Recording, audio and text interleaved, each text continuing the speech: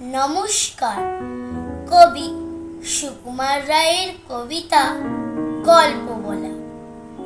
এক যে রাজা, থাম না দাদা, রাজা নয় সে, রাজ পিয়াদা।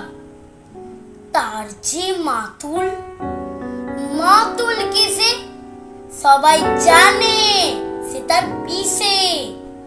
তার ছিল এক ছাগল ছানা, ছাগলের কি গজাই ডানা। একদিন তার ছাতের পরে, ছাদ কোথায়? টিনের ঘরে। বাগানের এক উড়ে মালি, মালি নয় তো মেহের আলী। মনের সাধে গাইছে বিহাগ, বিহাগ তো নয় বসন্ত রাগ। থাও না বাপু খেঁচা খেঁচি, আচ্ছা বলো, চুপ করেছি।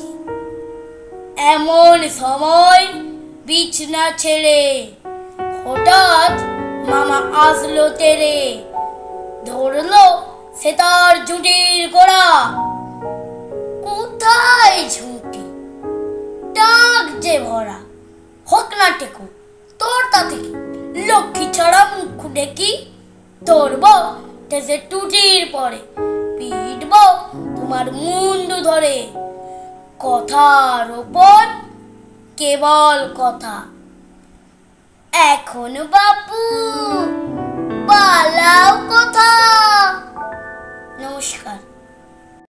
আমার এই ছোট্ট কবিতাটা যদি সবার ভালো লেগে থাকে তাহলে জানিও।